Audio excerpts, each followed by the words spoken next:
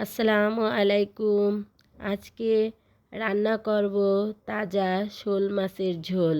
প্রথমেই পেঁয়াজ কুচি করে নিলাম, তারপর কড়াইতে সয়াবিন তেল দিয়ে দেব।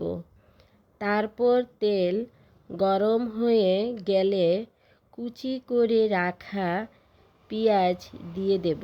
পেঁয়াজটা কিছু সময় নাড়াচাড়া করে লবণ ও তেজপাতা, এলাচি, দারচিনি দিয়ে দিলাম।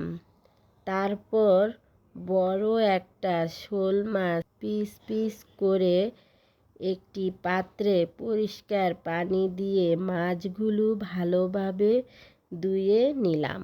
তারপর চলে আসলাম চুলায়।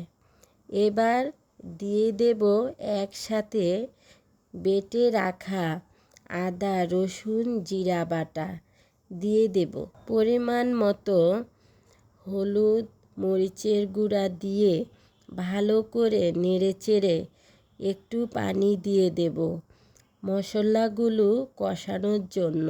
তারপর মশলাগুলো কষানো হয়ে গেলে ধুয়ে রাখা মাছগুলো দিয়ে দেব।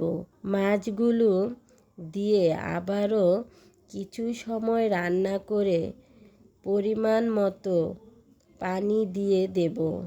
তারপর ফাইনাল জাল দিলেই রান্না শেষ।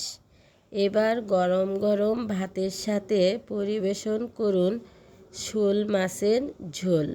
ধন্যবাদ।